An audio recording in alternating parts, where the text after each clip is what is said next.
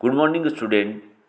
आज अपन कक्षा 8 के सामाजिक विज्ञान पुस्तक 3 संसाधन एवं विकास पार्ट 2 भूमि, मृदा, जल, प्राकृतिक वनस्पति और वन्य जीवन संसाधन का अध्ययन करेंगे। इसके अंदर दो उदाहरण के माध्यम से इस मृदा या भूमि का उपयोगिता को बताया गया है। एक है अफ्रीका का तंजानिया गांव और की रहने वाली मांबा और दूसरा है न्यूजीलैंड में रहने वाले पीटर। दोनों के कृषि के तरीके, एक पारंपरिक कृषि के द्वारा खेती करता है और एक है वैज्ञानिक विधि के द्वारा, नवीनतम प्रौद्योगिकी के द्वारा, जैविक कृषि के द्वारा सब्जियां उगाता है या कृषि करता है, उनको बताया गया है। मांबा और पीटर विश्व के दो विभिन्न स्थानों में रहते हैं और उनके जीवन व्यतीत करने में बहुत बड़ा अंतर है। यह विभिन्नता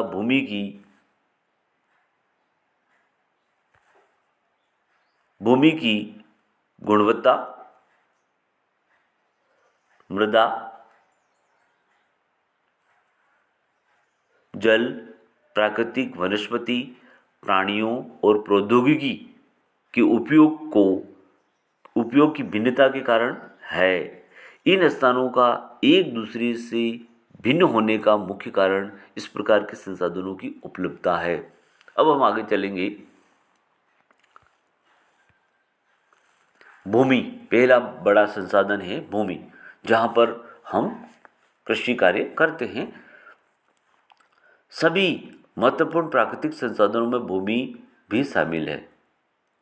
भूमि एक क्या है? संसाधन है और उस में सबसे महत्वपूर्ण संसाधन माना गया है।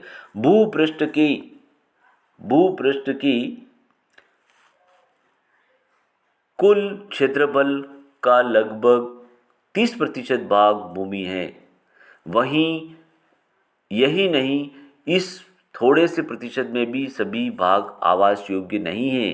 क्या कह रहा है? भूपृष्ठ में जितने स्थल भाग है उसके 30% भाग है और वहाँ पर भी सभी 30% भाग पर निवास योग्य नहीं है। उसमें भी कई उच्चावच हैं, कई नदियाँ हैं, है ना, इस तरह की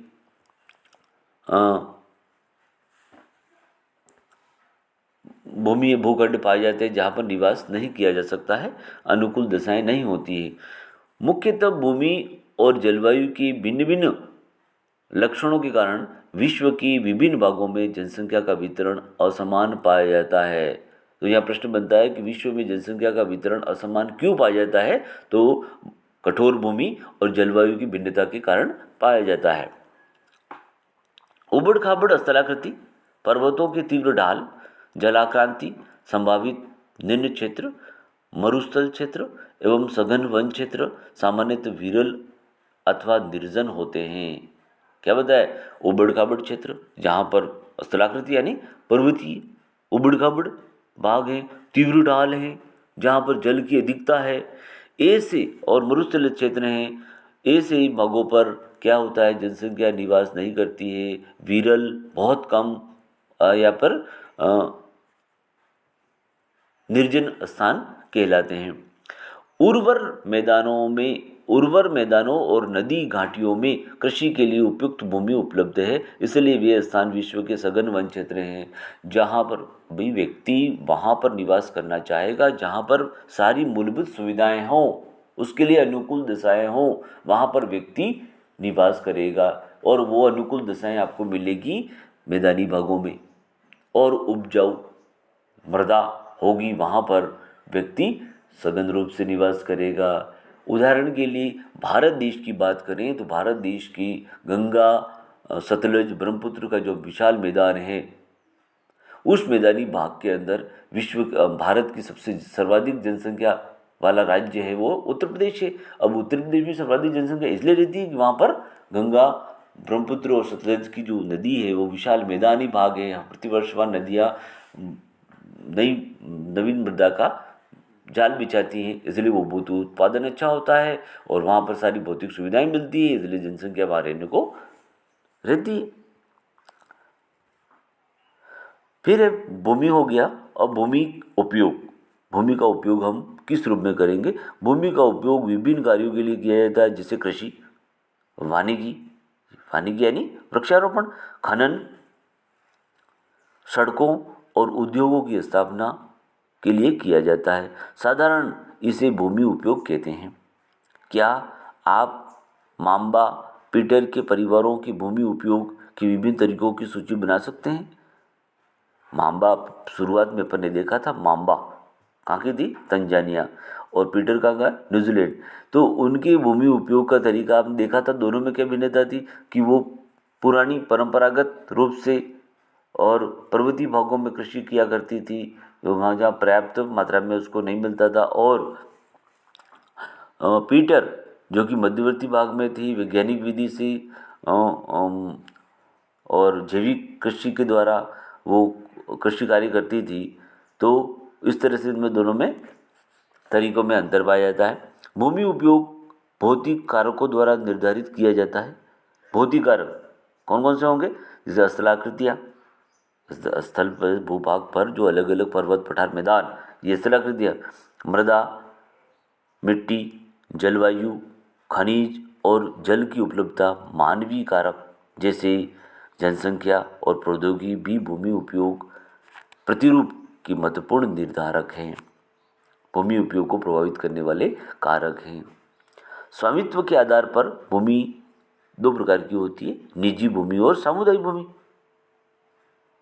तो यहाँ पर प्रश्न वो बन सकता है कि स्वामित्व के आधार पर भूमि कितने प्रकार की होती है, क्या भूमि को कितने भागों में वर्गीकृत किया जा सकता है? तो दो भागों में भी किया जा सकता है कि निजी भूमि और सामुदायिक भूमि।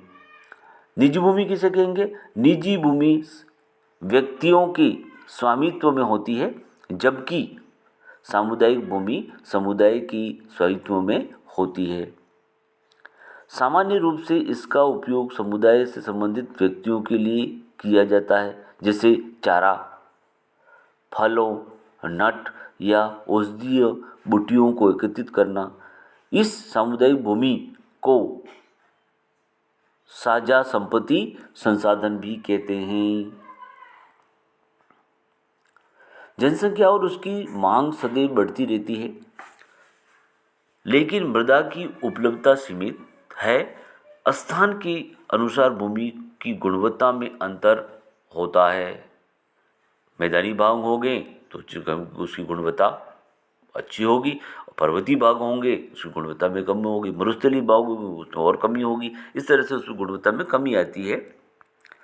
लोगों के सामुदायिक भूमि पर व्यापारिक क्षेत्र बनाने, नगरीय क्षेत्रों से घर बनाने और ग्रामीण क्षेत्रों में कृषि योग्य भूमि का विस्तार करने के लिए अनाधिकृत हस्तक्षेप करना शुरू कर दिया है। आज भूमि उपयोग